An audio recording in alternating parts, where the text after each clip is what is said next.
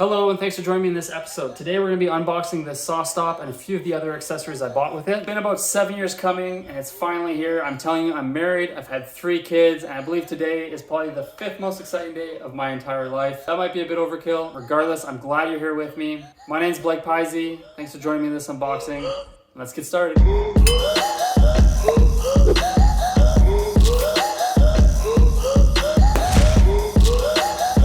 I received this table saw about 2 months ago and it's been staring at me ever since. Sat in the garage for about a month and a half. There were 3 framers across the road who were willing to help me out and carry it around the side and in through the basement door. It's been sitting in the kids' rec room here, and now I finally have the excuse to assemble it. Okay, so this is what comes with the 3 horsepower professional cabinet saw with the 36-inch rails. You get obviously the 3 horsepower saw, 36-inch rails, with a 36-inch extension table and the T-Glide fence system. So 4 different boxes. Then I grabbed the industrial mobile base. This is made for their industrial cabinet saw, but it works with the professional cabinet saw. And if you buy it with it, it comes with the mobile base conversion kit, 2 packages there. Then to save space, I decided to combine the router table with the table saw. So I already have the GSM router left, and I'll be using this guy inside of the router table wing. So we've got here the power switch for the inline table, and then I also grabbed the downdraft dust collection box. Couple flip stops here. This is the actual cast iron router table, the legs, and then here's the actual fence. A few other goodies. I got a spare brake cartridge, dado brake cartridge, 0 clearance insert, dado table insert. And last but not least, the intermediate cast iron wing. So let's start with popping the actual saw open, then maybe getting it on the base. Here we go.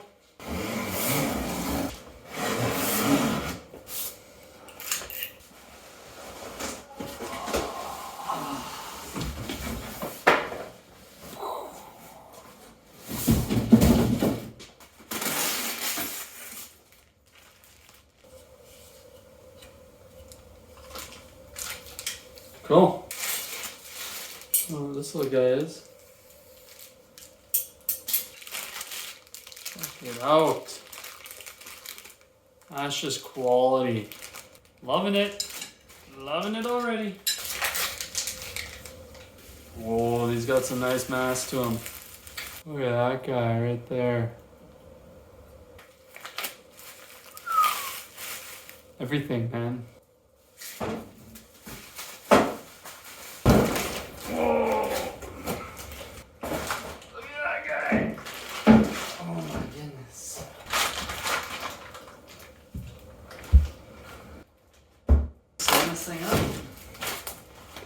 Look at that.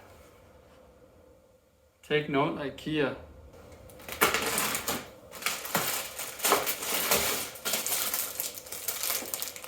Here's the manual. Wow.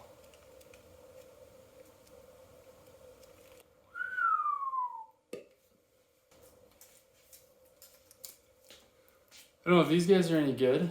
Let me know down in the comments if you know anything about them. Assume they gotta be decent. So I'll be using for now.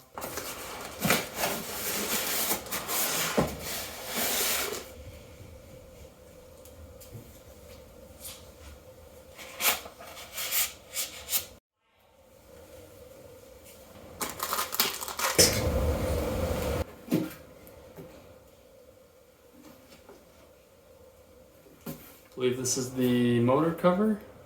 Oh, look how sexy this thing is. Let's feel it. Look at that. Okay, time to open up that mobile base so we get this guy moving around. This is looking like it's mostly set up. Love it.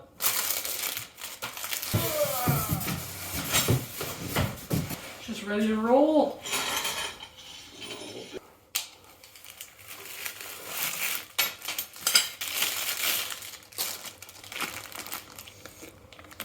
All right, this little kit.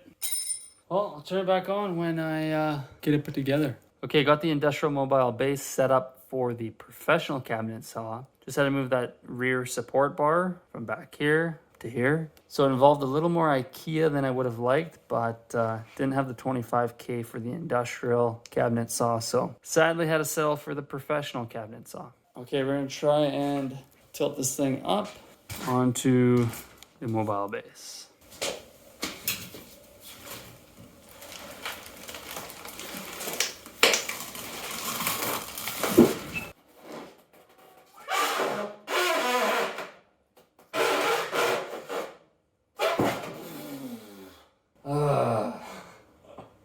All right, Lance,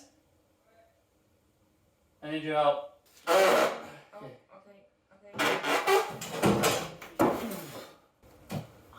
What is going on?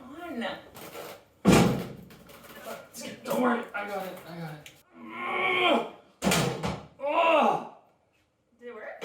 Yes! And the noises. What is your... The last few unboxing items for the main cabinet here. Just need to take out the switch box. I think there's a key too, yes, there's a key here for I think just bypass. And on this side it's got a table of all these little indicator lights made. Interesting. Alright, I'm gonna take off this oiled paper, wipe it down, and probably call it a night. Here goes the most satisfying part of the whole unboxing. I love cast iron. Look at that.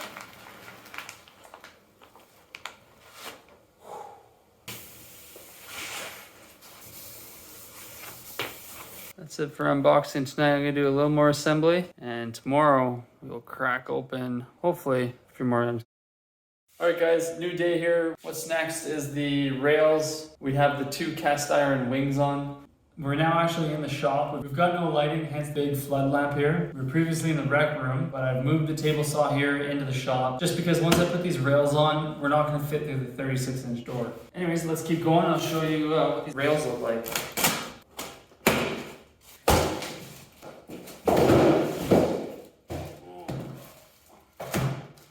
Guys on light. Greasy.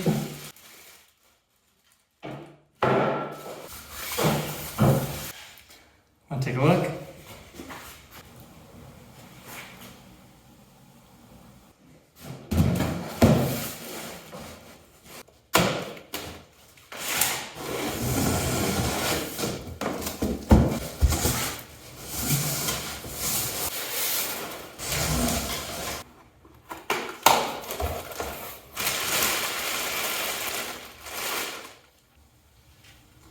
So heavy, holy.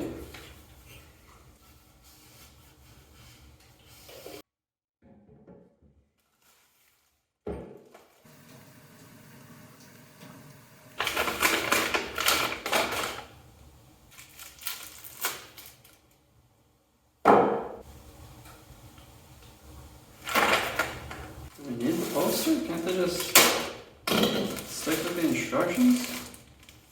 What does this say, a calendar? All right.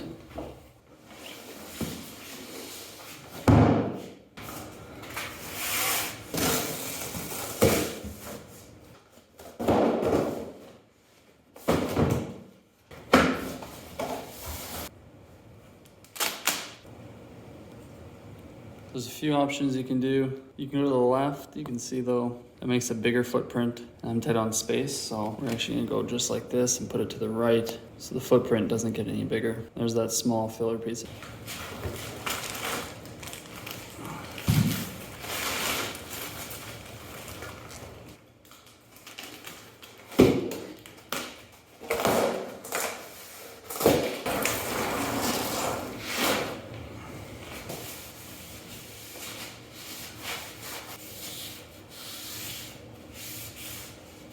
All right, so there's where the box will mount. I'm hoping my router lift will fit right in there.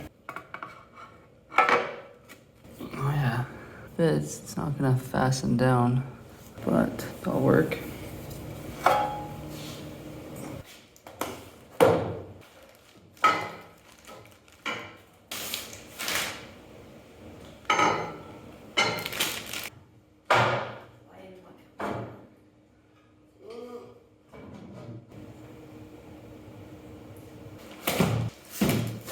Alright guys, last few boxes here. We got the switch for the router lift and the dust box.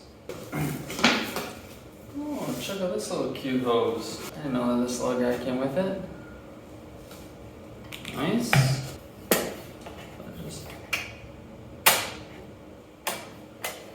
Nice. Okay, so that's it for the downdraft box. Ooh. Let's check out the little switch. Oh, they would have gone a little more fancy with like a big old SawStop paddle, but it works. And all the hardware. Okay guys, that is the last two main boxes. We've got the fence. Put the fence on later, but first I'm gonna assemble all this.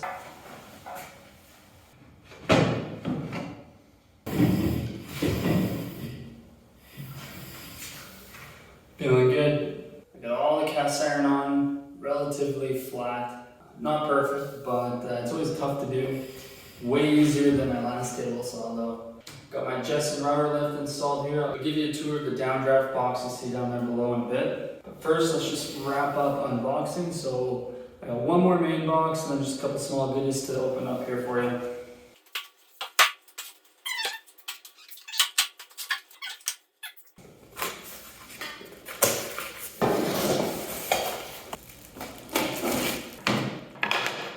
Here we go. Cool. These feel nice. Got like a soft rubber feel to them.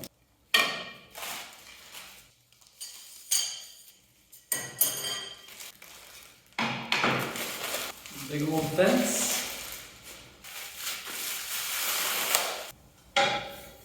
So that's the last of the router table items.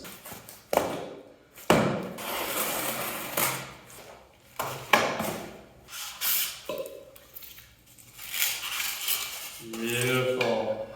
I'll probably be upgrading blades in a bit, so I'll probably wait to use this guy until I actually get some nice blades. So here's the standard insert, and then here's the zero clearance. So you actually raise the blade slowly while you hold it down with wood. The curve of your blade will cut a real thin opening for it. And the best thing about these guys is with it being so thin, there's hardly any tear out.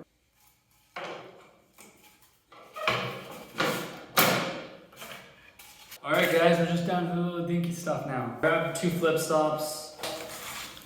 Doesn't seem like anything too special though. No slack. Seems good. Sure it will do. And just another one of those. Same thing, nothing different. Future dado blade, and I just got a spare. Let's take a peek. So this guy's just a little bit wider. Very similar. Alright. Okay, that's enough of that. We've opened up all the boxes. That was the fun part. I don't know about you, but I love opening things. I think I'm a little too materialistic. I like stuff, can't help it. I'll throw a breaker in the electrical panel, a temporary receptacle down there, and plug it in. Okay, give me a moment. Oh yeah, look at this big mess. Shop 240 volt. Just terminated one receptacle in the shop there, so let's see if it works. Moment of truth. Looking good. Let's go check it out.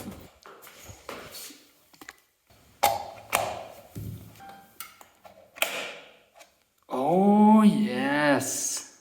Freaking sweet. Okay, get this going, put a blade in it, and then I'm gonna give you a quick tour of the whole thing. Fire it up and see how it works.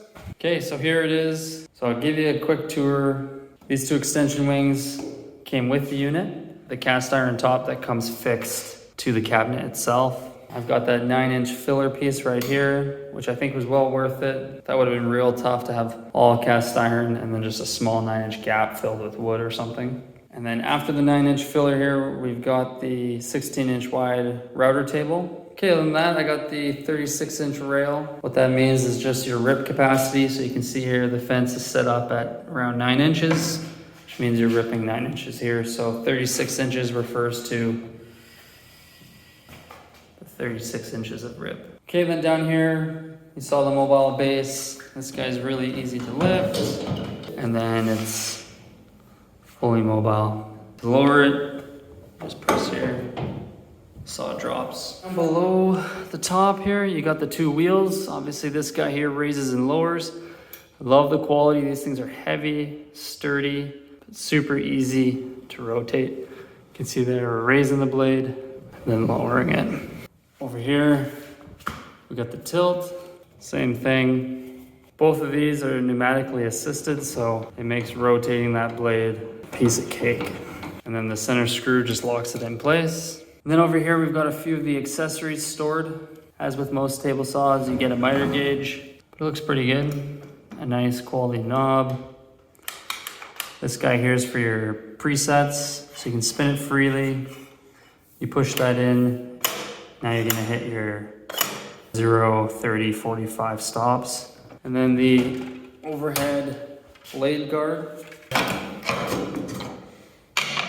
That's easy enough. You can see the handle in there. Pull that guy out, drop your blade guard in. So it does have that 1.25" port on the back, tying in your dust collection system, which should definitely help. I wanted to buy the larger 3-inch overarm, but you actually can't use that if you're using your router table to the right of the table saw. I guess while we're up here, you can see the brake cartridge down there. The aluminum block is just right here. It's mounted like so down below. And then it looks like some sort of pin connector ties into a board that's controlling this on the table saw. I guess this guy has its own little board within there, massive capacitor. And then the spring is actually in the cylinder here. A fuse that gets burned up when it detects moisture touching the blade. That fuse melts, triggers something to open and shoots up. This aluminum block goes flying into blade. The momentum of the blade as it's spinning, as soon as it comes to that sudden stop, just drops the blade below the cabinet. Also down here, just on a magnet, is this tool. I think an 8mm Allen key for adjusting the height of the aluminum block down there. Thickness here of this little yellow tab is the distance you want between the blade and this curvature on the aluminum block down there. Put the routing knife back in. You can see these little screws. They tuck in just below those two up there. So that keeps it down on the nose.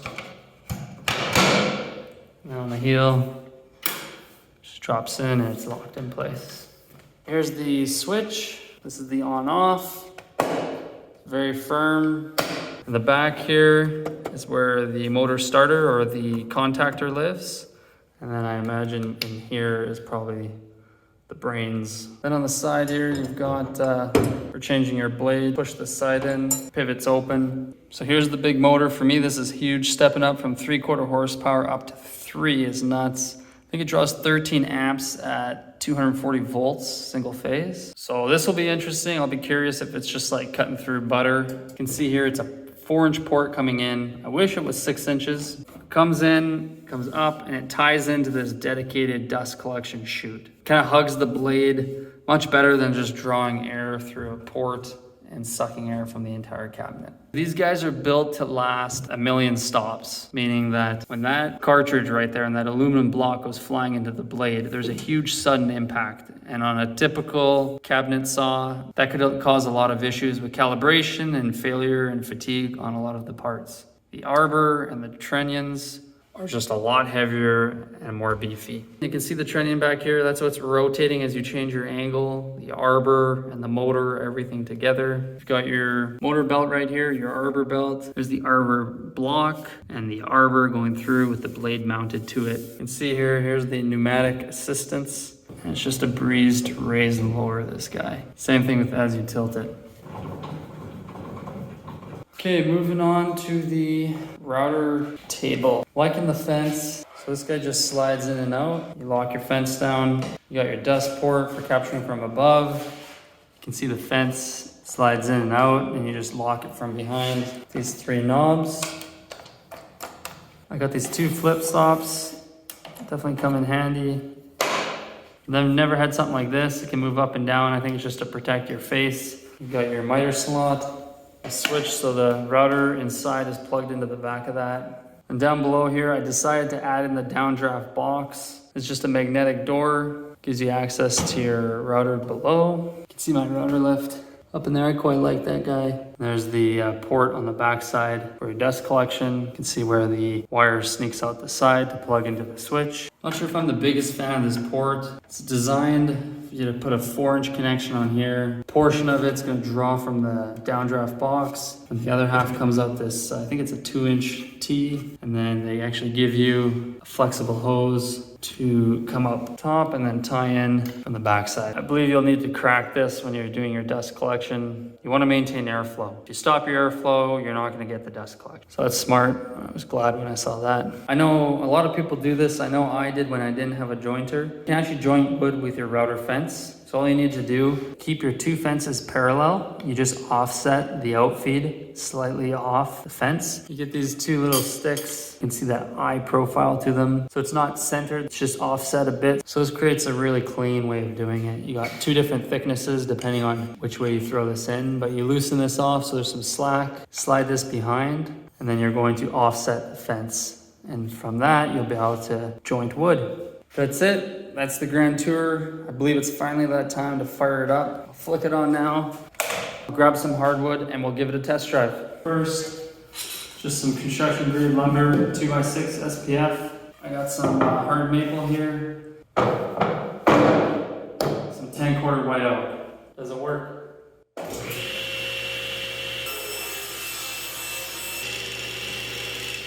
So it was fun. I haven't had a table saw for a while now. Let's try that miter gauge.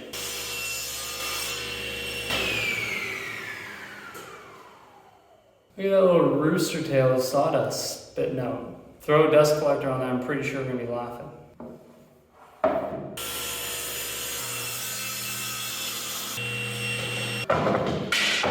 Not a single burn. This is just because it's a big table saw, but something I've never experienced. Okay, so the intent of this video isn't to create an assembly or a project review. It was simply an unboxing. Still, the question is always going to be asked, is it worth the money? And that's a really difficult question to answer. There's a million videos out there on YouTube, a whole lot of forums where people debate this back and forth. The fact is that using a riving knife and a blade guard, then having good safety knowledge and practicing good habits is going to go a long way. This fancy brake that comes with the SawStop is just one extra piece in that huge safety chain. All the tech in the world isn't going to save you from a really dangerous kickback. So the extra cost that comes with the table saw means that you're definitely paying for all the research and design, the electronics, and all the mechanical components that make this saw so safe. However, I think we all know the quality is here, and they didn't just slap a bunch of safety onto some old saw. So call me a SawStop fanboy if you want. Maybe it's because of all the YouTube marketing, it finally just got to me, but I really don't suspect there's going to be any buyer's remorse coming from me. For me, I just love this machine. This full cast iron on top just makes me smile. Well guys, that's about it. Brand new SawStop, 36-inch PCS with the T-glide fence and decked out with all the router table accessories. That's right, unboxed here with myself, Blake Pisey. I look forward to having you join me again for another unboxing. And don't forget to check out my other videos and follow me along, especially as I build up this entire shop. Thank you very much for watching today. I'll catch you in the next video.